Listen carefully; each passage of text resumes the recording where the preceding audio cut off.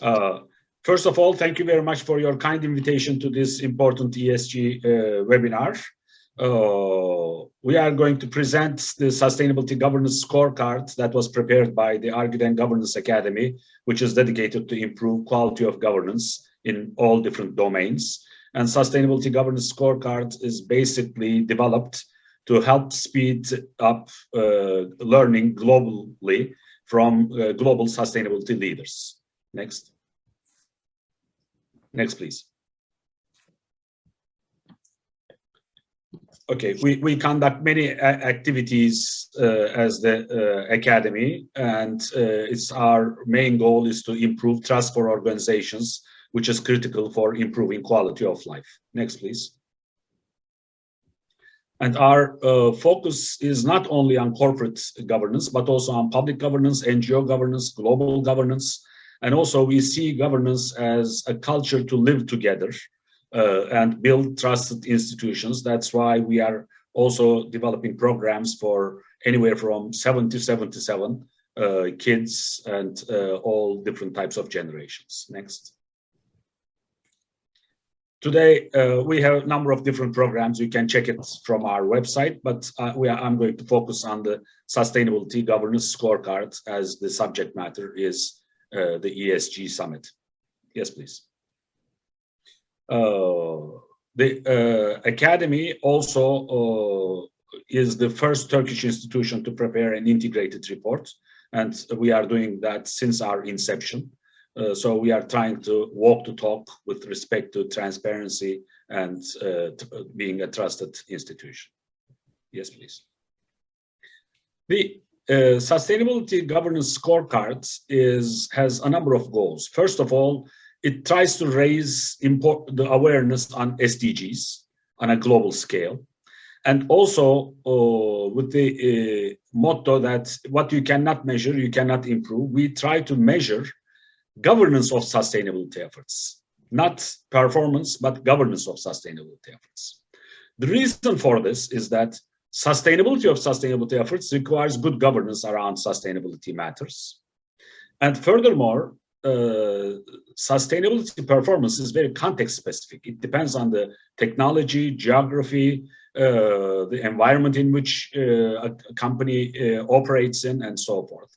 So it is difficult to find appropriate benchmarks for each company in that matter.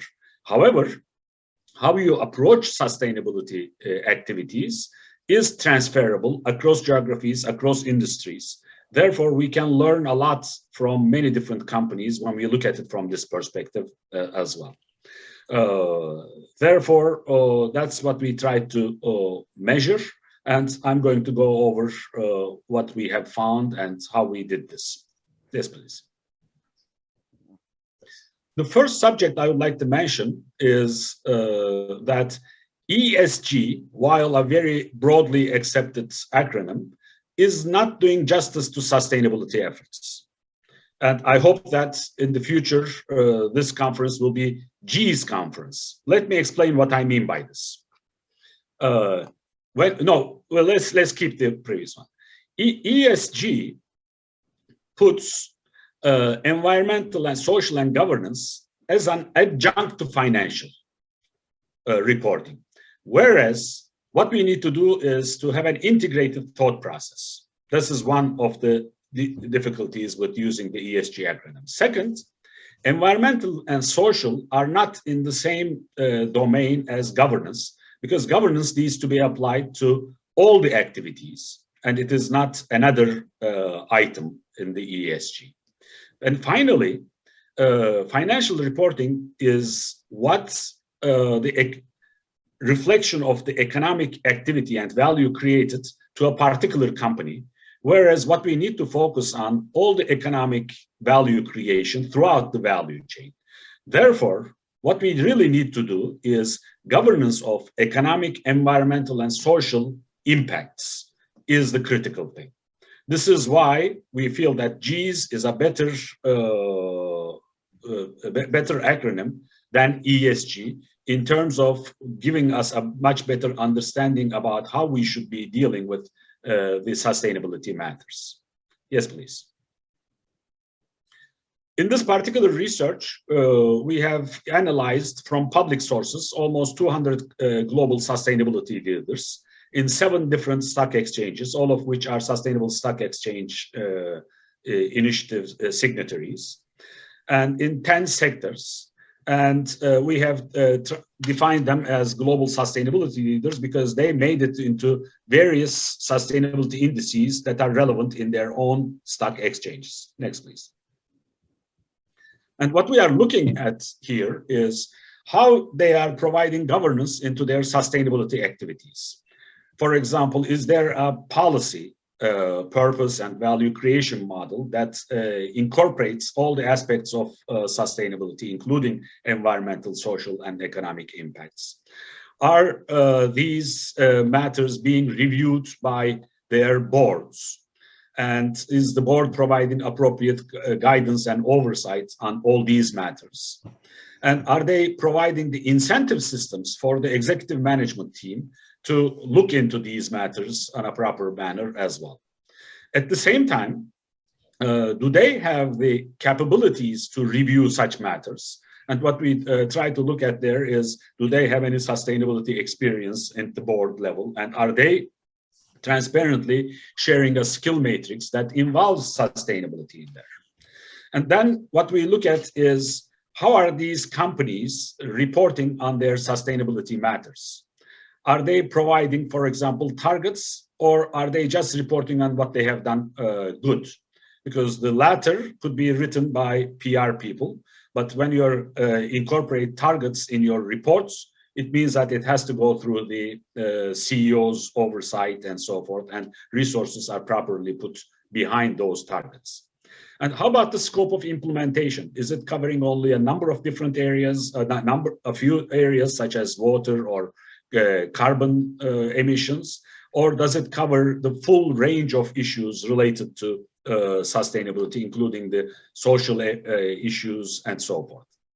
And how are they reporting on their results, especially if are they comparing it with their targets? And are they making any evaluations if they are falling behind targets as to how are they going to remedy this situation, and how they are providing linkages to SDGs? In a nutshell, what we are looking at is it part of their DNA as defined in their purpose and value creation model? Are they doing a stakeholder engagement in defining double materiality from the perspective of the stakeholders as well as from the companies? Are they covering all the impact throughout their supply chain? And is there a learning loop that is associated in their processes so that they can improve on their performance on a regular basis? Next, please.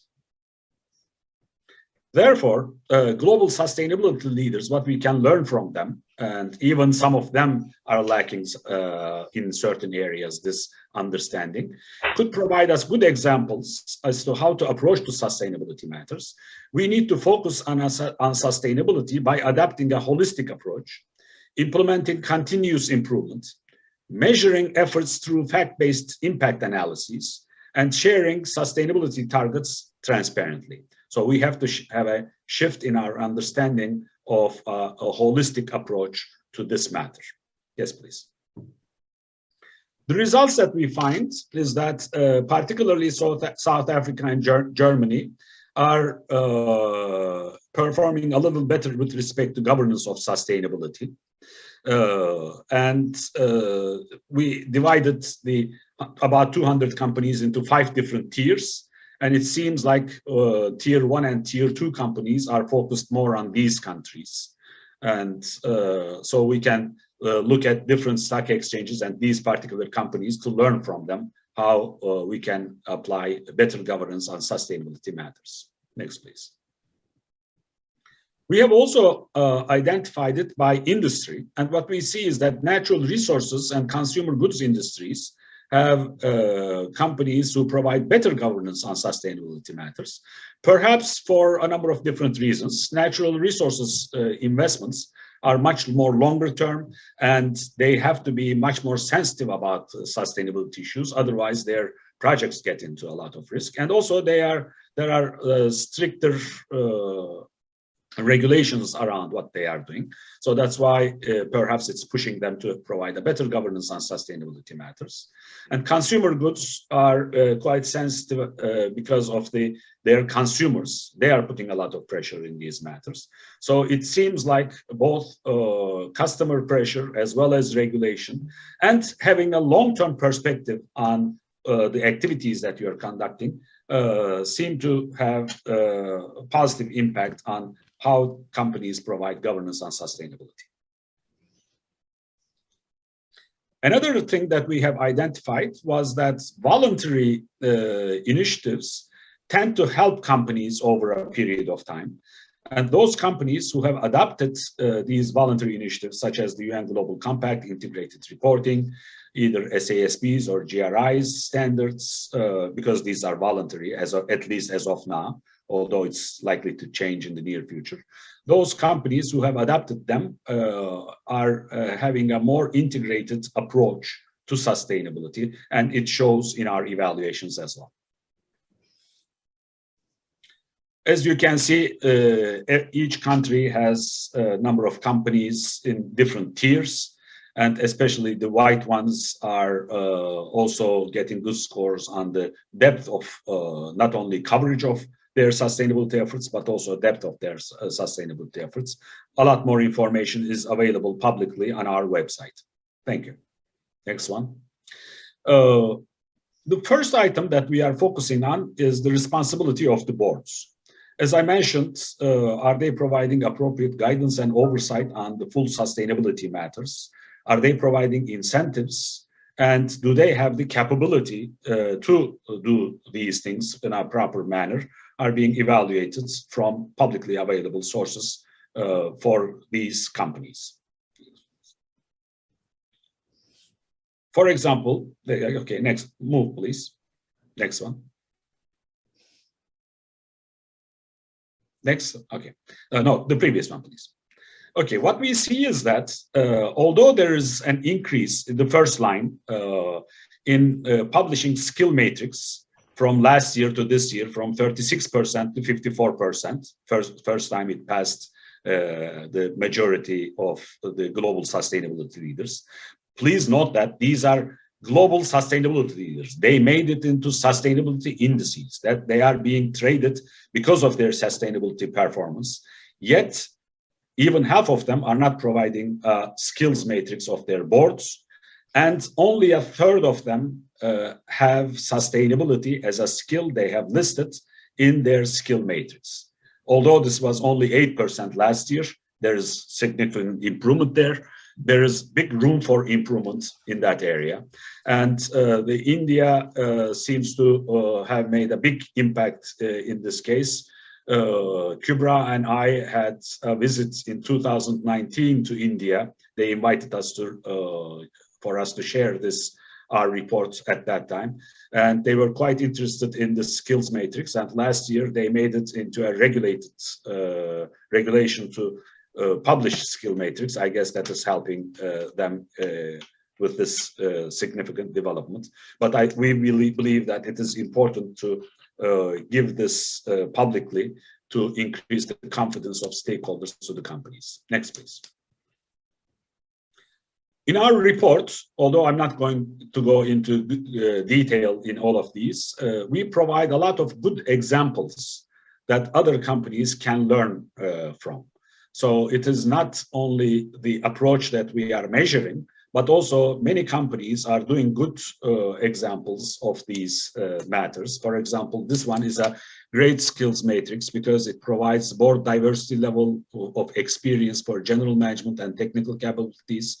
Sustainability skill is listed with breakdown into governance, compliance, environmental, and health and safety matters.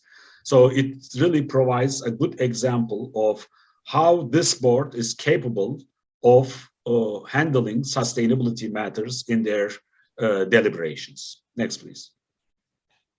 Another example is particularly with respect to their collective expertise, including diversity pillars and specific policies, tying them with their specific policies. It's a very good depiction of their board once you look at this one page, you can have a better understanding of the board's composition as well as skills that are encompassed in the board. Yes, please. Well, almost all companies share executive compensation information. However, when there are linkages compensation systems to various sustainability issues is still lacking. I mean, even the maximum is 28%, 30%.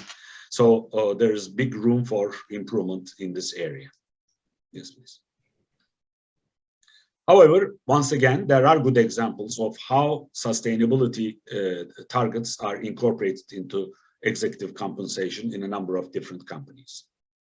Next, another one. This one provides thresholds, targets, stretch measures on sustainability areas and linkages to their executive compensation. When we come to sustainability performance, I briefly mentioned this in the beginning, so we can move to the next slide. There's a big gap in terms of defining policies and setting targets. Almost all companies who have made it to sustainability indices have some kind of policy on their sustainability matters. However, providing smart targets is still a room, there's great room for improvement, even for these global sustainability leaders. Yes, please.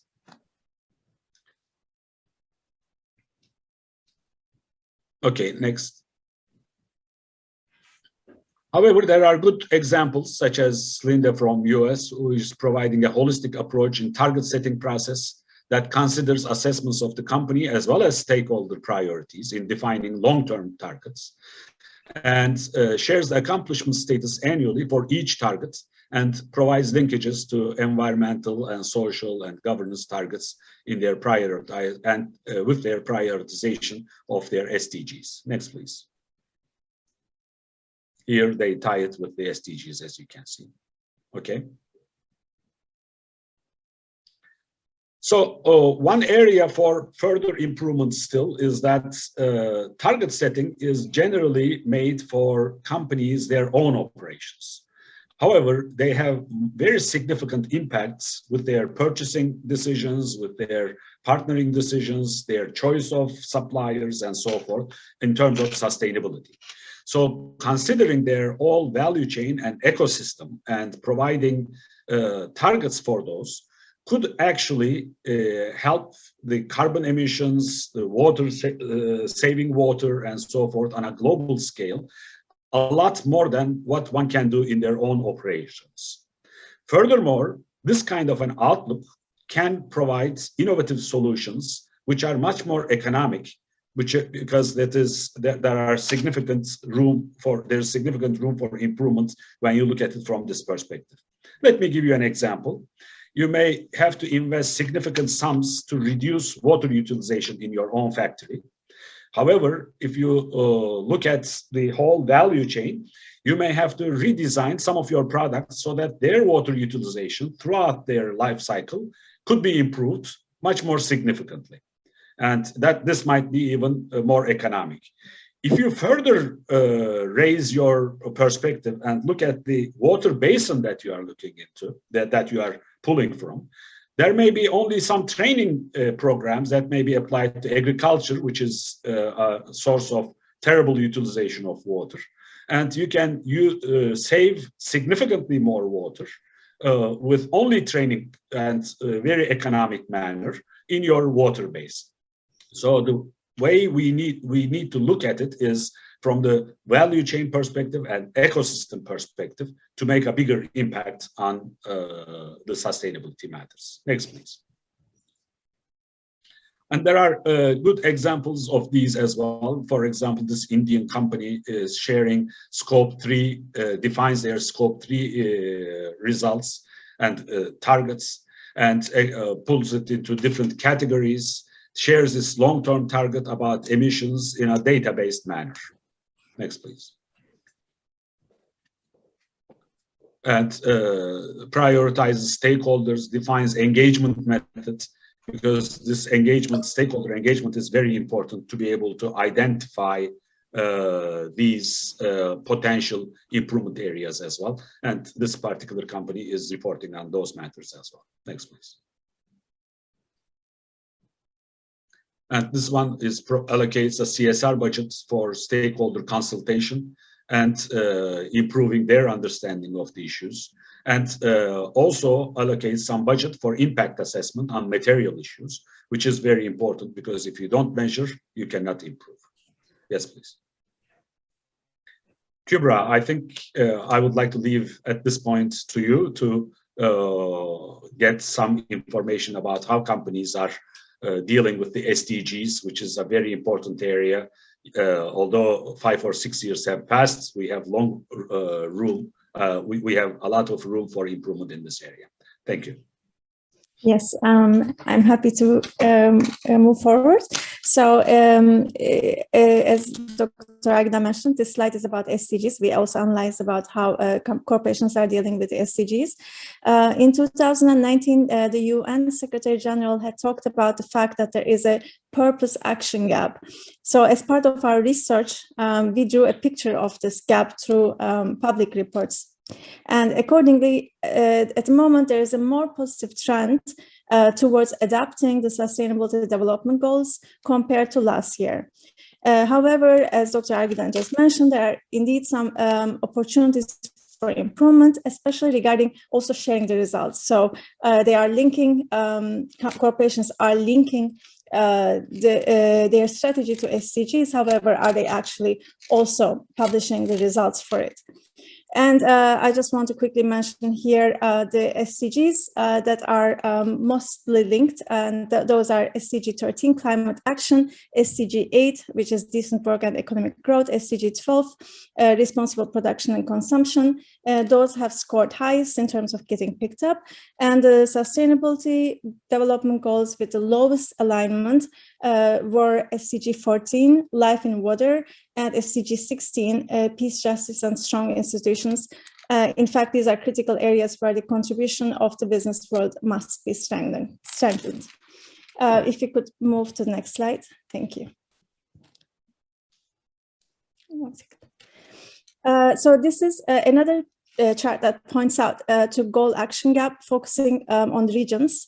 And here we looked at the companies in different geographies to see if they indeed link their strategy and at the same time share those results. And according to our report, all South African companies link strategy with their SDGs.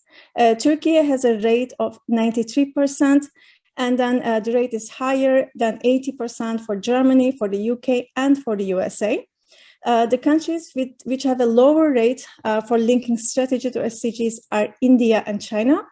However, the highest gap between the linking strategy and sharing results is in Turkey and followed by China. And the most minor difference in alignment of strategy and results is in Germany. Basically, what we are trying to achieve here is that German companies link their sustainable development goals with their strategies. Then they also fully publish their results for their contributions. And in other words, we can say that the unity of purpose and action is in fact highest in Germany.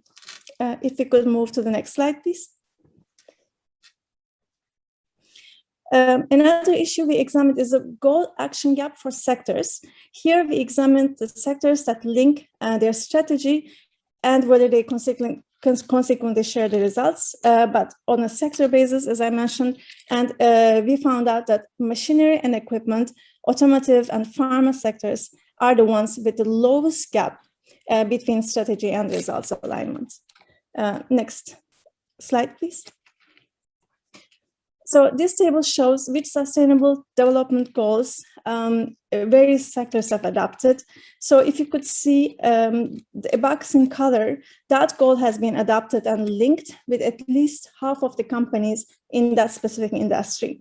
So here in this case, SDGs with numbers 7, 5, 7, 8, 12, and 13 have been adopted by more than half of companies in almost all industries, with the exception of a few lagging sectors. And these SDGs are then again gender equality, affordable and clean energy, decent work and economic growth, responsible consumption and production, and climate action. Next slide, please. This is a good practice example from China.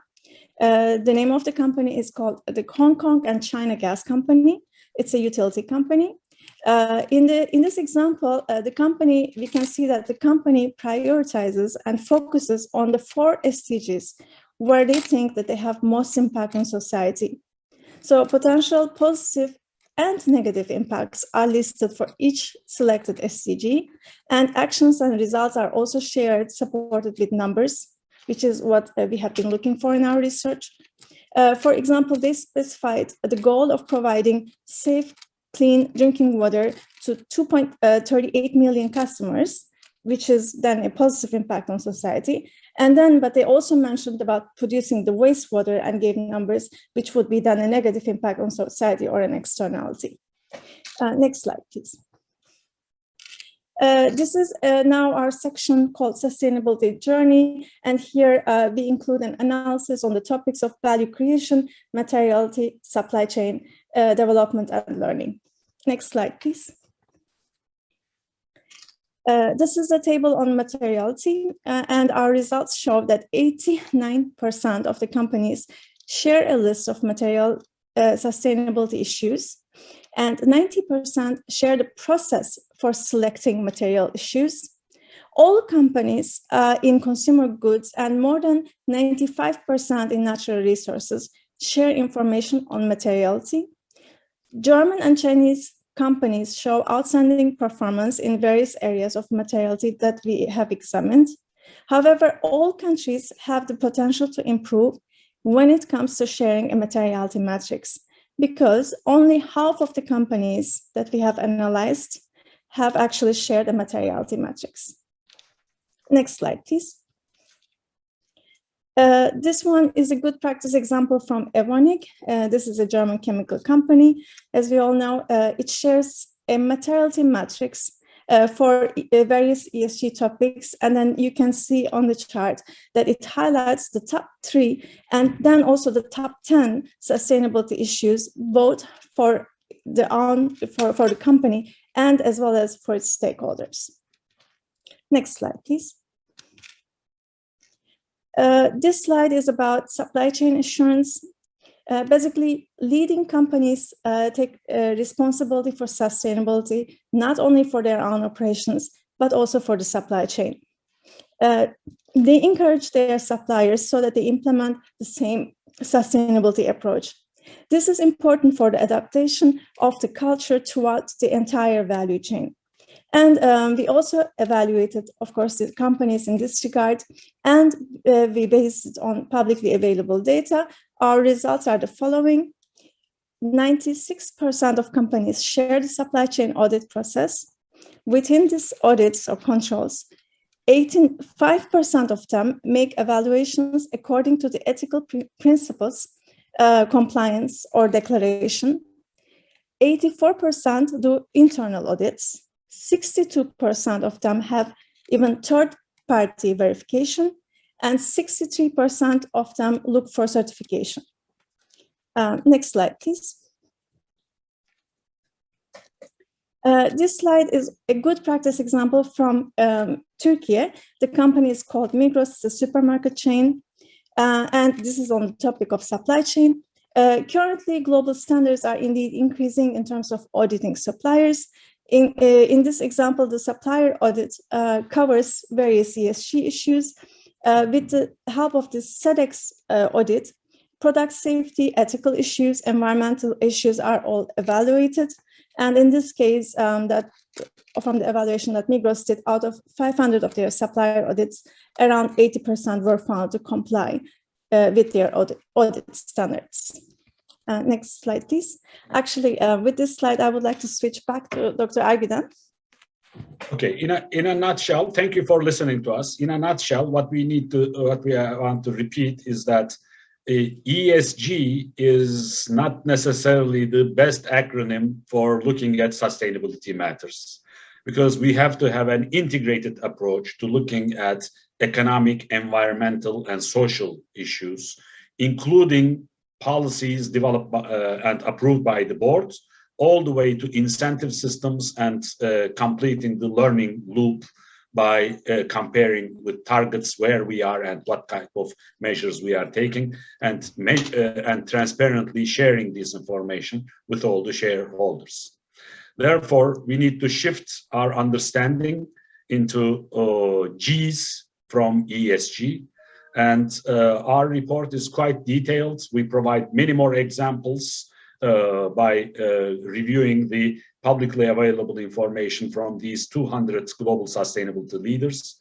I would recommend you to take a look at our website, argudenacademy.org, and also Sustainability Governance Scorecard, both publication as well as on our website. Next, please. These are our social media accounts. Next. And next, please.